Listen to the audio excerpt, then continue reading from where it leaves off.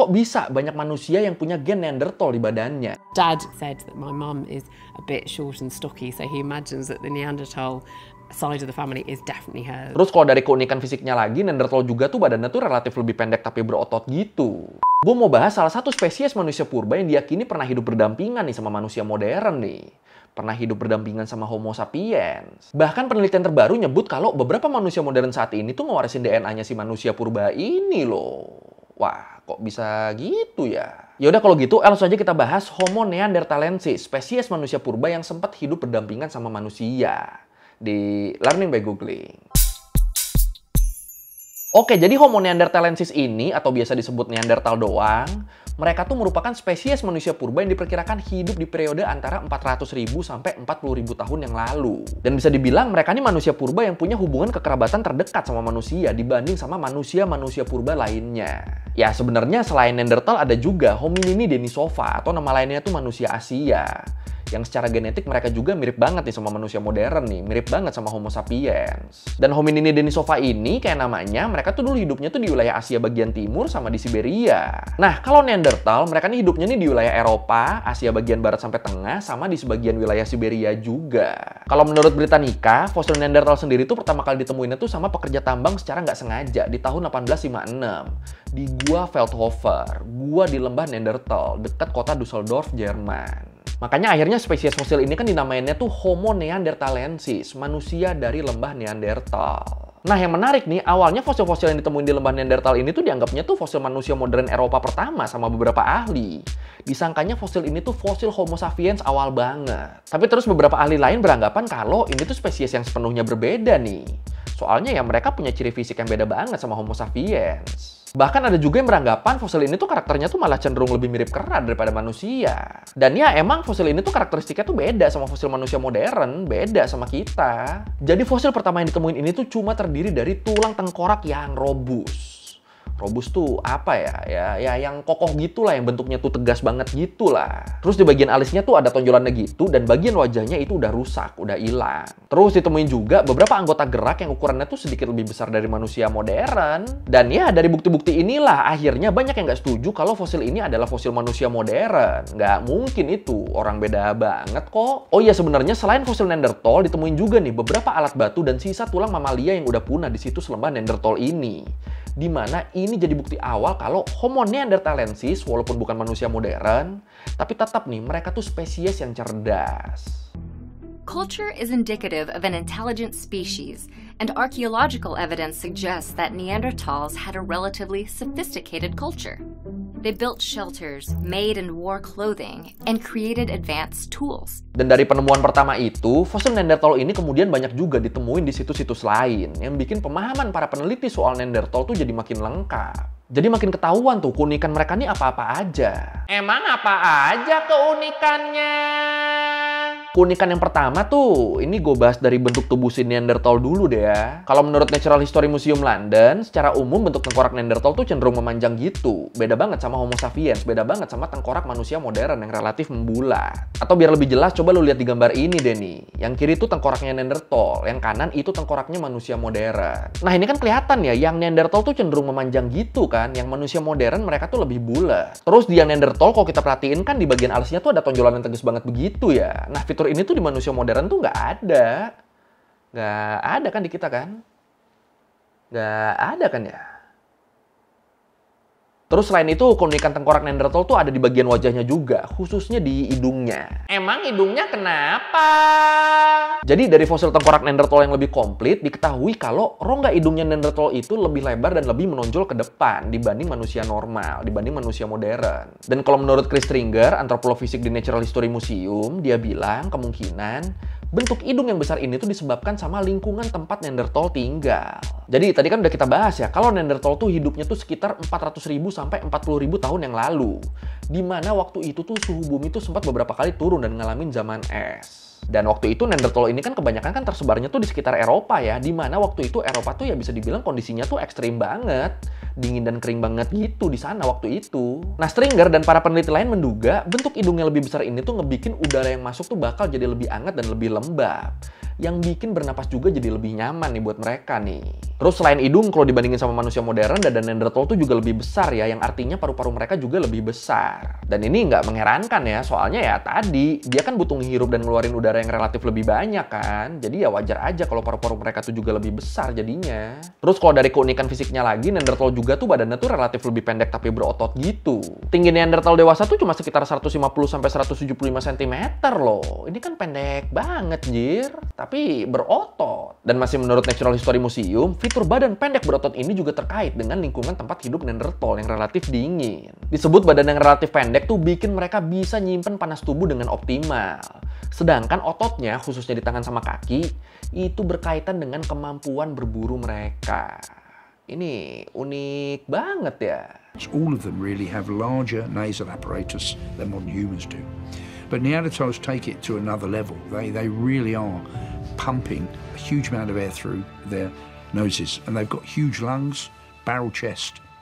They need to oxygenate their blood. They're burning more energy to stay warm as well.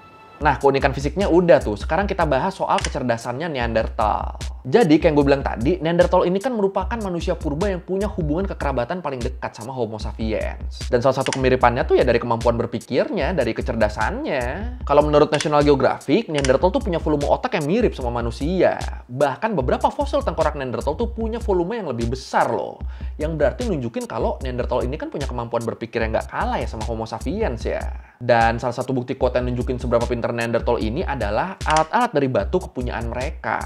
Bahkan ada juga loh satu teknik pembuatan alat batu khusus yang kemungkinan dikembanginnya tuh sama Neanderthal. Namanya tuh teknik Levallois.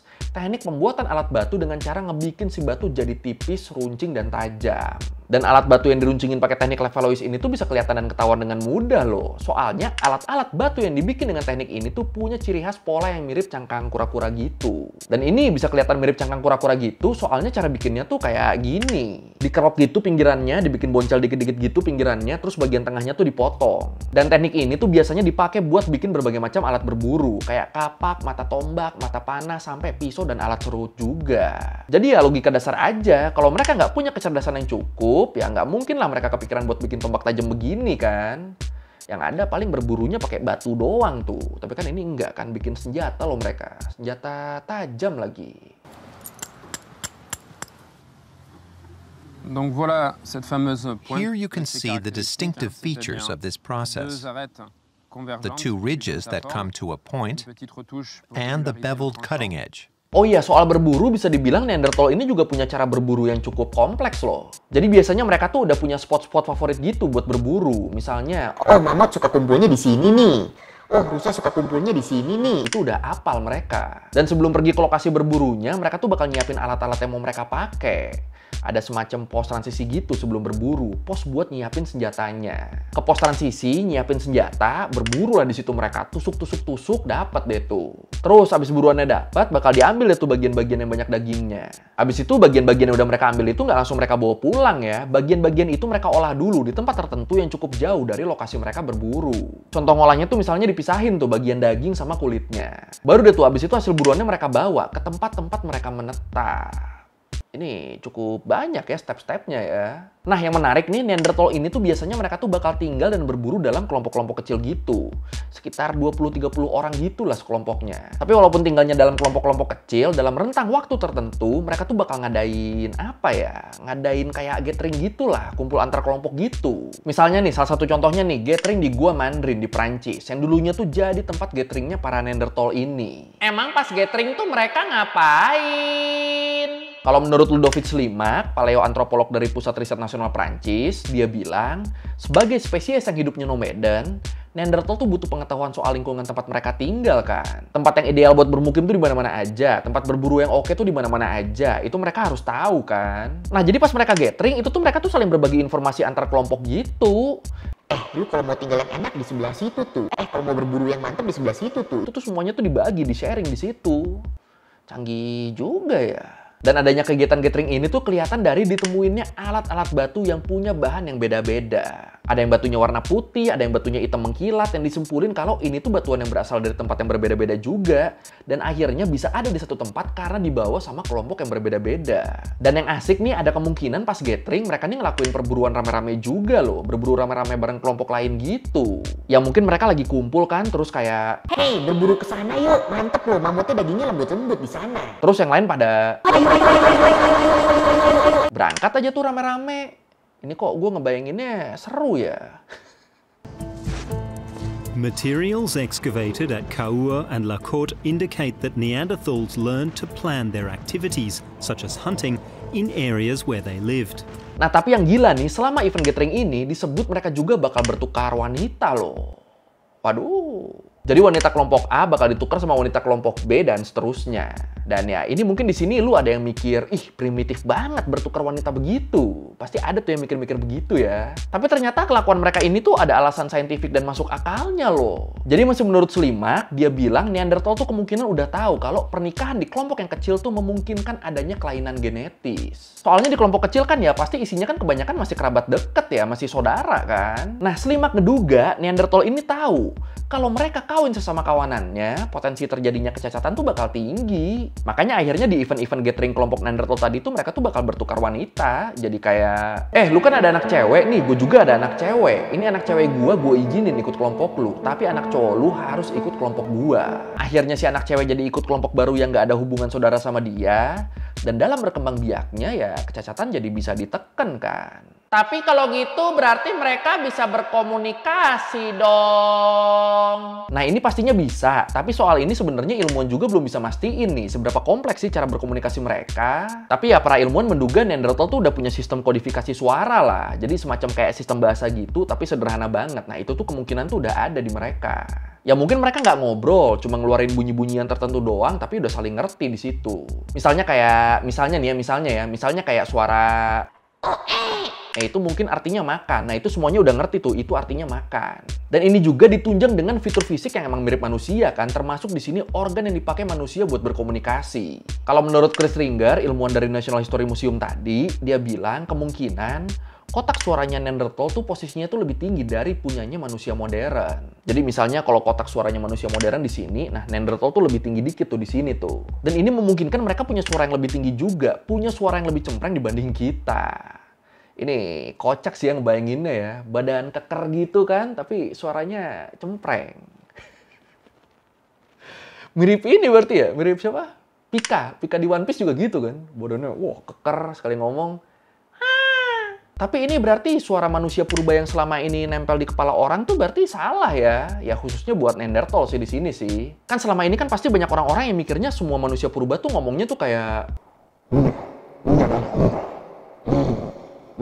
mikirnya semuanya gitu kan. Tapi ternyata ada loh yang modelan Neanderthal gini loh yang suaranya tuh malah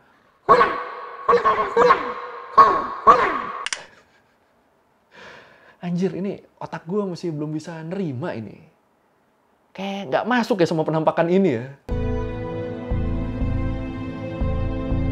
Scientists have been studying what sort of language the Neanderthals may have spoken. In any case, these ancient humans do seem to have had the physical capability to speak. Dan kalau ngebahas Neanderthal, para ilmuwan tuh suka berdebat soal apakah Neanderthal tuh udah ngembangin budaya yang cukup kompleks atau belum. Dan salah satu yang banyak didebatin adalah soal kemampuan mereka bikin karya seni. Soalnya emang ada beberapa temuan yang mengindikasikan kalau Neanderthal ini ngasilin karya seni loh. Misalnya kayak tulang sama taring binatang yang dijadiin semacam perhiasan. Nah ini kalau kera-kera biasa kan nggak mungkin kan mereka bikin begini kan. Gorila gitu bikin taring singa dijadiin kalung gitu misalnya, itu nggak mungkin kan. Atau contoh lainnya tuh ada juga penggunaan pigmen warna dari bahan alami yang dipakai buat ngehias tubuh atau buat kamuflase selama berburu. Atau contoh lain yang paling terkenal tuh kayak ini, goresan di Gua Gorham Gibraltar yang dijuluki sebagai the first ever hashtag, tagar yang paling tua, yang kalau menurut Natural History Museum London diduga kuat ini dibikinnya ya sama Neanderthal. Tapi ya walaupun gitu, walaupun ada beberapa contohnya, tapi di sini tuh ilmuwan masih belum yakin ya. Apakah semua peninggalan ini tuh bentuk ekspresi diri dari Neanderthal atau ya kegiatan random mereka aja? Karena ya kalau ini ternyata kegiatan random ya nggak bisa dibilang karya seni. Kalau misalnya mereka bikin hashtag tuh ngegambar, terus mereka kayak bentuknya bagus nih, presisi nih. Nah itu karya seni itu, tapi kalau cuma udah terus ditinggal ya bukan. Nah kalau menurut lu sendiri ini yang mana nih? Silakan komen. Nah sekarang kita bahas kok bisa banyak manusia yang punya gen Neanderthal di badannya. Itu tuh gimana tuh bisa sampai begitu tuh? Padahal beda spesies kan.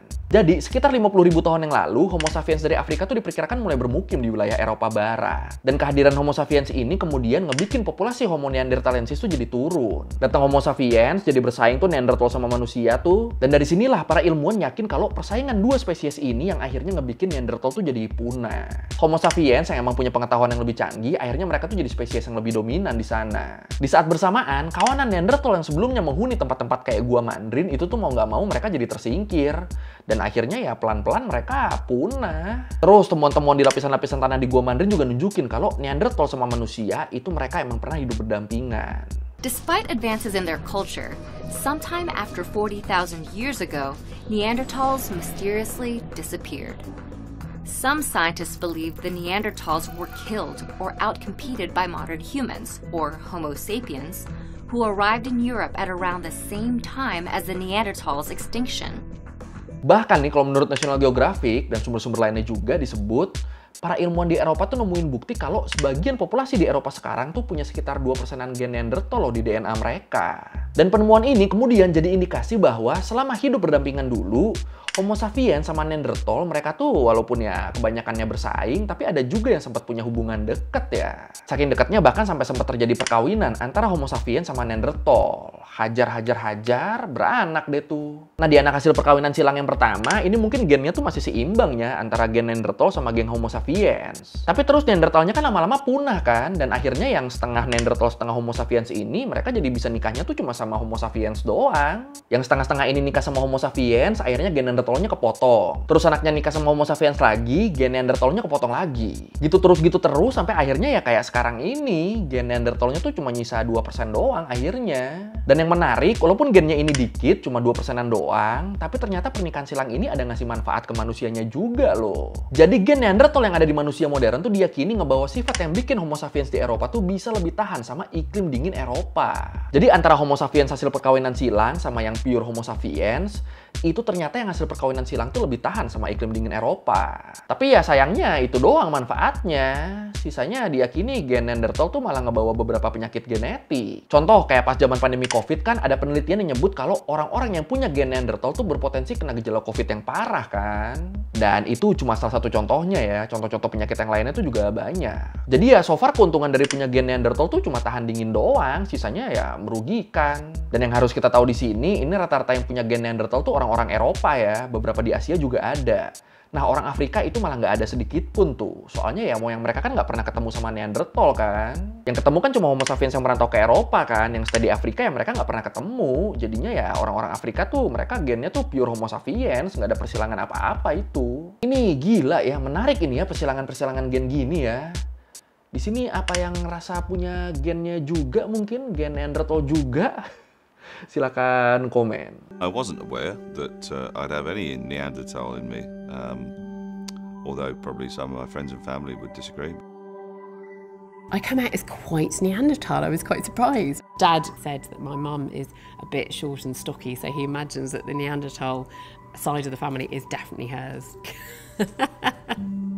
The modern humans that remained in Africa don't show traces of Neanderthals in their DNA. Their ancestors never interbred with Neanderthals, so there's no Neanderthal DNA there, except where there have been later back migrations into Africa.